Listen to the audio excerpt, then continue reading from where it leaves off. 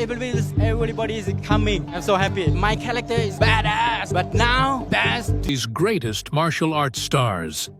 His groundbreaking 2003 film, Ong-Bak, Muay Thai warrior, transformed the genre. However, fans have expressed deep concern when recent claims surfaced about Tony Jaa's alleged life imprisonment sentence. It's my character, Jaa. He's very fast and very powerful inside. What truly happened? The more you dig into the case, the crazier it gets. So before you even think about clicking away, stick around, because by the end of this video, you'll understand exactly how one of the most beloved action stars in the world ended up in a situation this extreme. Tony Jaa's real legal battles. Tony Jaa got caught in a nasty battle with Sahamonkel Film International, the company that launched his career but also tried to control every move he made. And if there's one thing that can mess up an action star's career just as much as an injury, it's a bad contract. So here's the deal. Back in 2003, when Tony Jaa was just starting to blow up, he signed a 10-year contract with Sahamonkel Film. That might sound normal, but the problem was the fine print. This contract wasn't just strict, it was suffocating. It meant he couldn't work on anything outside the company without their approval. And guess how much they were paying him? $1,600 a month. You heard that right. Just imagine starring in global hits like Ong-Bak and still getting paid less than some office workers. Meanwhile, the studio was making millions off his movies, and he was stuck in a deal that made it nearly impossible to grow his career outside of Thailand. Now, at first, Jaa probably didn't think much of it. After all, Sahamonkel had made him a star. But as his international fame skyrocketed, things started to feel more and more restrictive. Directors from Hollywood, Hong Kong, and China wanted to work with him, but every single time, Sahamonkel blocked it. They wouldn't let him accept offers, and they wouldn't even negotiate. Basically, they kept him on a leash, saying, "You work for us, and only us." It was frustrating, to say the least. Tony Jaa was once hailed as the next big action superstar, the man who put Muay Thai on the map in Hollywood. But now, he's making headlines for something completely different: a life sentence in prison.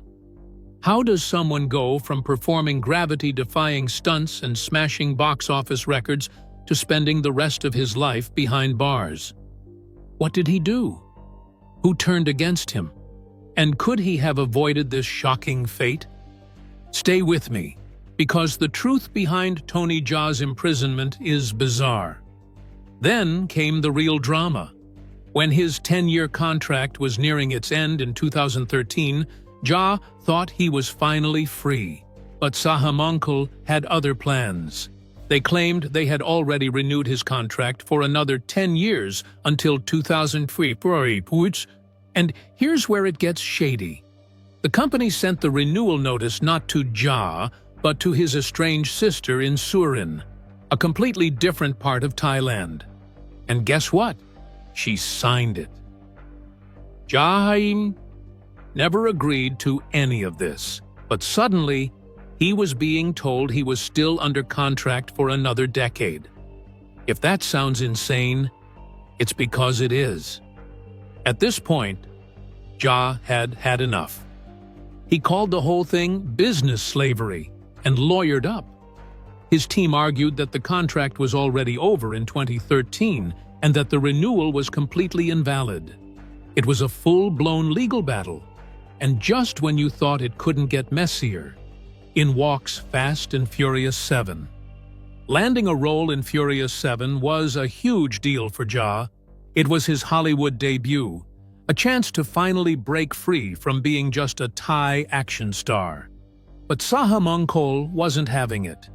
They claimed he had no right to take the job, held a press conference just to call him out, and then sued him, Universal Pictures, and United International Pictures for $49 million.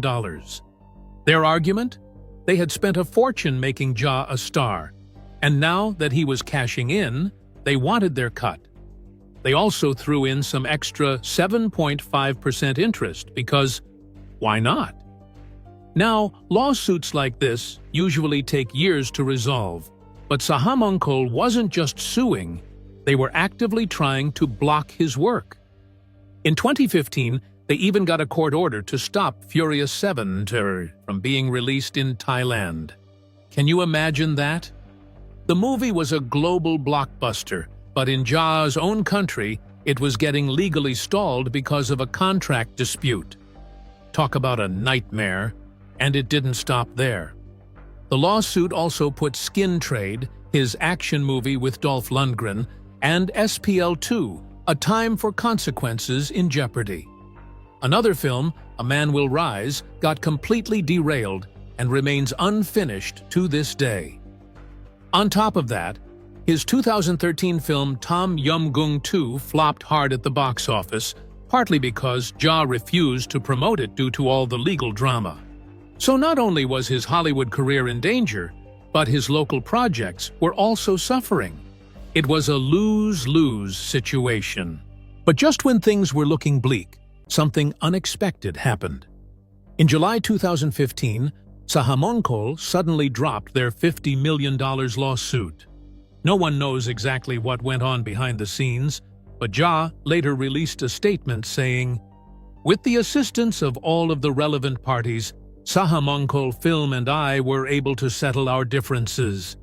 We have therefore decided to end all legal actions against one another." Basically, some kind of deal was made, and just like that, he was free. Now, while all this legal mess never actually led to jail time, it definitely put a huge dent in Jaa's career. These were the years when he should have been riding the momentum of Ong-Bak and The Protector, working on bigger international projects, and solidifying himself as one of the top martial arts stars of his generation. Instead, he was stuck fighting lawsuits and dealing with contract restrictions.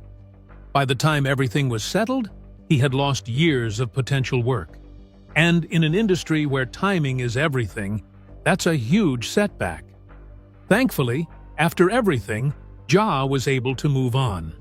Since then, he's worked on international films, taken on bigger roles, and finally gotten the kind of career freedom he fought so hard for. But his story is a cautionary tale, one that shows just how dangerous these long-term contracts can be for rising stars. It's a reminder that in the entertainment industry, the biggest battles don't always happen on screen. They happen behind closed doors, in legal offices, and over contracts that can make or break a career. And if there's one thing to learn from Jaa's ordeal, it's this: no matter how talented you are, the wrong deal can turn your dream job into a nightmare. The real challenges Tony Jaa has faced. Tony Jaa's rise to fame might look like a dream come true on the surface, but if you really dig into his story, it's more like a roller coaster, one with steep drops, unexpected twists, and moments where you wonder if he'll ever get back on track. You'd think being a martial arts superstar would mean endless opportunities and financial success, but for Tony Jaa, it was the opposite. His biggest battles weren't in front of the camera. They were behind the scenes, and they almost cost him everything. It all started when the massive success of Ong-Bak gave him the confidence to take on a bold new challenge, directing Ong-Bak 2.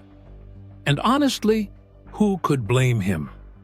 He had already proven himself as one of the most electrifying action stars of his generation, and stepping into the director's chair seemed like the next logical step. But things spiraled out of control almost immediately. The original budget was set at 100 million baht, which was ambitious but manageable. Then the costs started climbing, and before anyone knew it, the movie was bleeding money. By the time production dragged on into its second year, reports claimed the budget had ballooned past 300 million baht. And the worst part?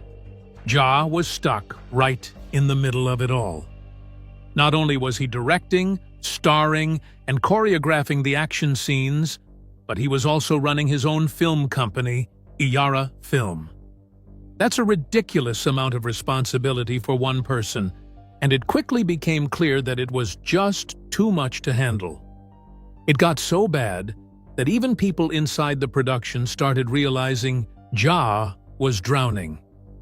Akarapol Jo Takara Thana Prasert, whose family ran Sahamangkol, the studio backing the film, said Jaa was under so much pressure that he needed time off just to figure out the martial arts sequences for the film's climax. And this wasn't some small delay. This was a full-blown production meltdown. Between the spiraling costs and Jaa's struggle to balance everything, the entire project was hanging by a thread. And then, out of nowhere, Jaa just disappeared. This wasn't some dramatic Hollywood-style exit with press conferences and official statements. One day in June 2008, Jaa was on set. The next, he was gone. No one could reach him. His phone was off. The production was left in chaos. And naturally, the rumors started flying. Was he injured? Kidnapped? Did he have a breakdown? Nobody knew. His mentor, Pana Ritikrai, even went searching for him in meditation caves, thinking maybe he had gone off the grid to clear his head. But for weeks, there was no sign of him. The entire industry was confused, and his sudden disappearance only added to the mess Ong-Bak 2 was already in. Eventually, a Thai newspaper tracked him down. He wasn't hurt. He wasn't kidnapped. He wasn't hiding out in some secret location, plotting his next move. He was in what was described as a safe house, looking completely exhausted and, honestly, defeated. As it turned out, he had personally paid for some of the production costs out of his own pocket. And now he was broke. He couldn't even pay his mortgage. His electricity had been cut off. It was a complete financial disaster. And it wasn't just affecting his career. It was affecting his real life in ways that no one outside the industry had really understood. But even after he resurfaced and tried to push forward, things didn't get any easier. Sahamangkol took over the film, and Prachya Pinkeo, the director of the first Ong-Bak, stepped in to finish the project. To make matters worse, the studio decided to split Ong-Bak 2 into two films, Ong-Bak 2 and Ong-Bak 3, as a way to recover their investment. The problem? That decision ruined the flow of the story, making both films feel disjointed and incomplete. And for Jaa, it was a huge creative loss. This was supposed to be his passion project, his big directorial debut, and now it was completely out of his hands. At that point, the pressure was unbearable. He had been through financial ruin, industry politics, and an exhausting production process that had left him drained in every possible way. So in May 2010, he made a drastic decision. He left the film industry entirely and became a Buddhist monk. That's right. He walked away from it all, choosing peace and spiritual reflection over the chaos that had taken over his life. It was a shocking move, but honestly, who could blame him? After everything he had been through, he needed an escape. Of course, he didn't stay in the monastery forever. Eventually, he returned to acting. But even then, his struggles weren't over. His contract with Sahamangkol was still holding him back, limiting his opportunities and making it nearly impossible for him to take advantage of his global fame. And while he's still a legend in the martial arts world, his story is also a reminder that success isn't always as glamorous as it seems. Tony Jaa spent years training his body to become one of the most dangerous fighters in Hollywood. But now, he's fighting for something else: his life. How did the star of Ong-Bak and The Protector end up allegedly serving a life sentence? What went wrong for a man who was once on top of the world? Was he caught in the wrong place at the wrong time? Or was there something from his past that finally caught up with him? Stick around, because when you hear the real story of Tony Jaa's downfall, you'll never look at his movies the same way again. Tony Jaa's alleged imprisonment. If you've scrolled through social media lately, you might have come across posts claiming that the legendary Ong-Bak star is serving a life sentence in prison. Sounds crazy, right? But for a lot of people who saw those posts, it was enough to cause some serious confusion. And honestly, in today's world, where misinformation spreads faster than the truth, it's not surprising. But let's set the record straight. Tony Jaa is not in prison, has never been in prison, and is definitely not serving a life sentence. So, where did this bizarre rumor even come from? Well, like a lot of celebrity rumors, this one started with a complete misunderstanding. Basically, people got Tony Jaa's movie roles mixed up with his real life.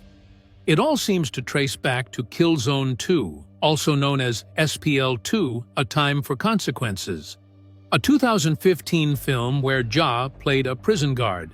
The plot? It's about an undercover cop who gets caught, double-crossed, and thrown into a Thai prison under a false identity. Somehow, people twisted that storyline into claims that Tony Jaa himself was locked up, and the rumors didn't stop there. When Tony Jaa took a step back from the spotlight for a while, it only fueled more speculation. At one point, he even became a Buddhist monk. But here's the thing: spending time as a monk is a common tradition in Thailand. It wasn't some drastic life change, and it definitely wasn't because he was trying to escape from anything. It's just something that a lot of Thai men do at some point in their lives. But, of course, the internet being the internet, people started whispering, did he quit acting for good? Is he hiding from something? Before long, those whispers snowballed into full-blown rumors about him leaving the entertainment industry altogether. And somehow that got twisted into, he must be in prison. See how ridiculous that is? Now, if you take just 2 minutes to fact-check, you'll see there's absolutely no proof of Tony Jaa ever serving any prison time. Nothing. No news articles, no reports from trusted sources. Nothing at all. His IMDb page, still full of new projects. Major news outlets, talking about his upcoming films, not any supposed jail sentence. If he were actually serving a life sentence, don't you think that would be front-page news? Instead, what we do have on record is the fact that Tony Jaa has had some legal troubles in the past, but not the kind that land you in jail. And let's not forget his personal life. Tony Jaa isn't just thriving in his career, his family life is solid too. He's been married to his longtime girlfriend, Piarat Chotiwatananont, since 2012, and they have 2 daughters together. If you follow him on social media, you'll see that he's living a completely normal and free life, picking and choosing his projects, spending time with his family, and staying active in the martial arts world. Honestly, if there's anything to take away from this whole situation, it's that people will believe anything if it's shared enough times. Tony Jaa prison rumor is a perfect example of how easily movie plots can get mixed up with real life. And let's be real, if you're an action star known for playing intense, dramatic roles, there's always going to be someone who thinks the on-screen drama is real. But the truth is, Tony Jaa isn't sitting in a cell somewhere. He's out there doing what he does best, staying at the top of the martial arts world and proving, once again, why he's one of the most iconic action stars of all time. Tony Jaa's current projects and activities. Tony Jaa is far from slowing down. If anything, he's proving that he's still one of the biggest names in action cinema. In 2023, he was part of The Expendables 4, playing Decha. Because, of course, when you're talking about an explosive, star-studded action franchise, how do you not include Tony Jaa?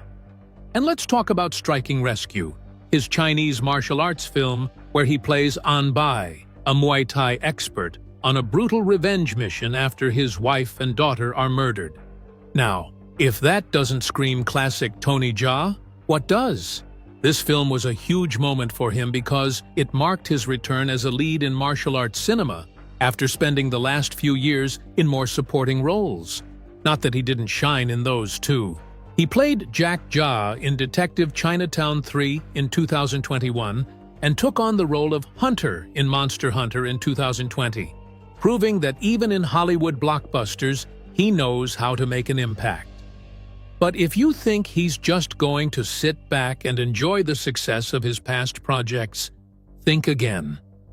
His upcoming films show that he's still pushing the boundaries of action cinema. The most exciting one? A massive Muay Thai film trilogy. And this isn't just any trilogy, it's backed by Stars Collective and Thailand's Film Odyssey Luddud. And Jaa isn't just acting in it, he's also stepping into an executive producer role. That's right, he's not just starring in the action, he's helping shape the entire project. He'll be playing Surya, a young, gifted fighter who somehow travels back in time to the Ayutthaya period. Now, can we just take a second to appreciate how cool that sounds? A Muay Thai time travel story. It's like Jaa is giving us something fresh, while still keeping his signature high-impact action. And let's be real, who else but Tony Jaa could make that work? But here's the thing, Jaa isn't just all about movies. He knows that in today's world, staying connected with fans is just as important as making great films. And that's why he's built a strong social media presence, especially on YouTube. If anyone still doubts his relevance, they should probably sit back, watch his latest work, and then try saying that again. Because if there's one thing Jaa has always done, it's proving people wrong, with a roundhouse kick if necessary. With this, we have come to the end of this video. Thanks for watching. If you enjoyed this video, do well to like, comment, and subscribe for more content. To enjoy more thrilling stories, click now on the following video that pops up on your screen.